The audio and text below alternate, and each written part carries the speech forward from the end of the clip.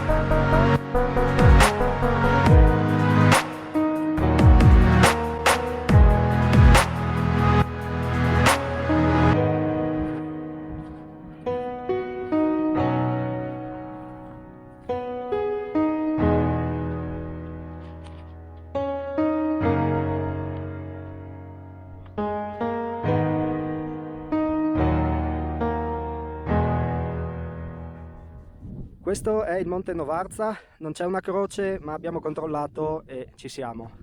La vista ha praticamente 360 gradi sulle Alpi Carniche di Sauris, però ci si spinge senza problemi oltre verso il Cadore con i Monfalconi di Forni, l'Antelao. Le tre cime non si vedono, sono coperte qua davanti, altrimenti si vedono anche quelle dal Morgenlight, che dovrebbe essere questo qua davanti, credo, o un poco in più indietro. Dopo ci si muove verso le Alpi Carniche, le prealpi Carniche, e laggiù dovrebbe essere il Verzegnis, e dopo invece si può andare verso le Giulie fino alla Slovenia e all'Austria. Oggi non è proprio limpidissimo, non si vede, ad esempio giù la pianura è proprio immersa nella nebbia, però è comunque veramente una gran visuale.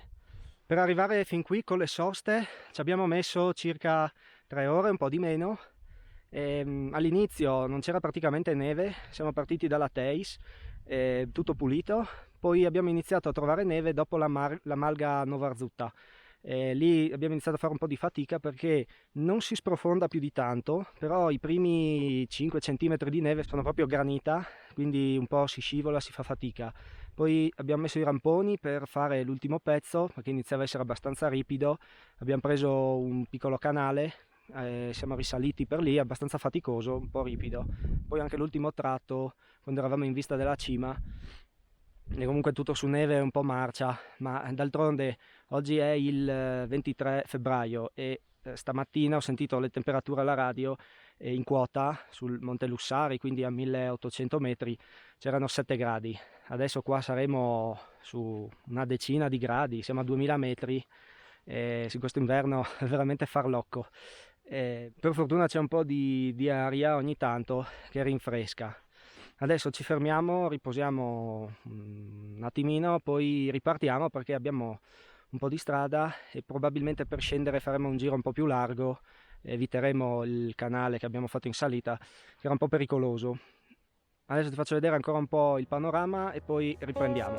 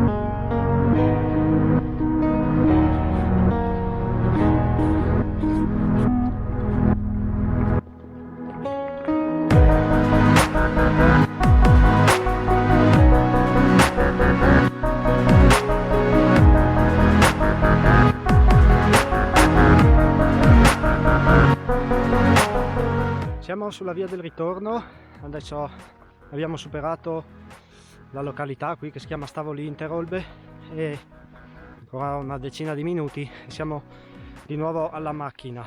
Abbiamo fatto un bel giro anche oggi, è stato un pochino faticoso, soprattutto nella seconda parte dopo la Malga Novarzutta. Questo giro in un inverno normale vedrebbe molta più strada fatta con la neve, praticamente già dalla Theiss dovrebbe esserci una buona copertura nevosa.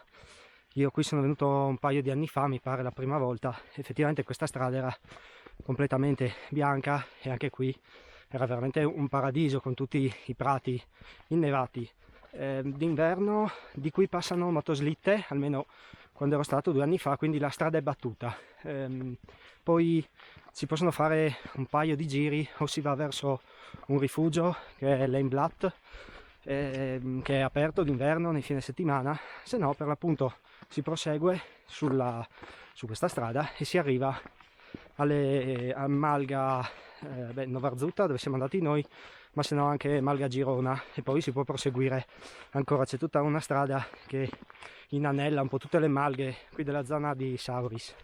Per arrivare a Malga ci abbiamo messo circa 1 ora e mezza su strada pulita praticamente, quindi abbiamo tenuto un buon passo, altrimenti io penso che in un paio di ore si possa arrivare.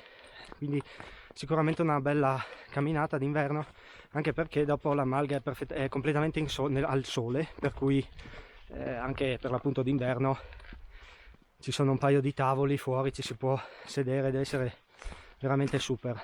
Poi noi dalla Malga abbiamo proseguito verso Forcella Novarza, poi non l'abbiamo raggiunta, abbiamo deviato prima per un piccolo canale che ci ha risparmiato un po' di strada per salire sulla cima del Monte Novarza.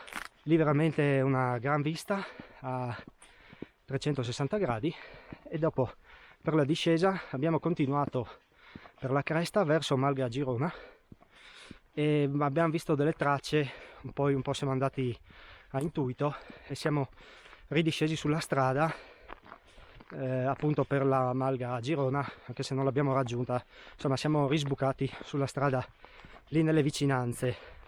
Oggi siamo riusciti a fare questo giro, l'abbiamo completato, siamo stati abbastanza, perché comunque con le pause 3 ore fino alla cima, adesso un altro paio di ore per tornare alla macchina. Dicevo, l'abbiamo completato perché non c'è neve, che probabilmente se si inizia a trovare neve la prima, probabilmente diventa un giro abbastanza impegnativo, poi dipende sempre dalle condizioni della neve. Oggi era veramente tutta molla, per cui sì, un po' di fatica l'abbiamo fatta. Probabilmente è un giro che si fa, anzi sicuramente lo fanno in tanti con gli sci, sono dei bellissimi pendii e insomma chi sa andare sicuramente si diverte un sacco.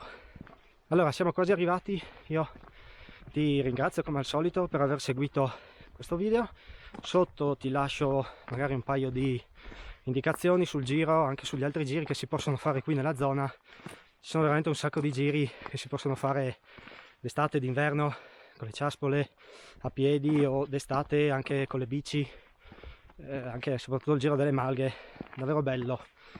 Adesso come al solito ci siamo meritati una birra e oggi ci meritiamo anche una sauna al centro benessere di Sauris.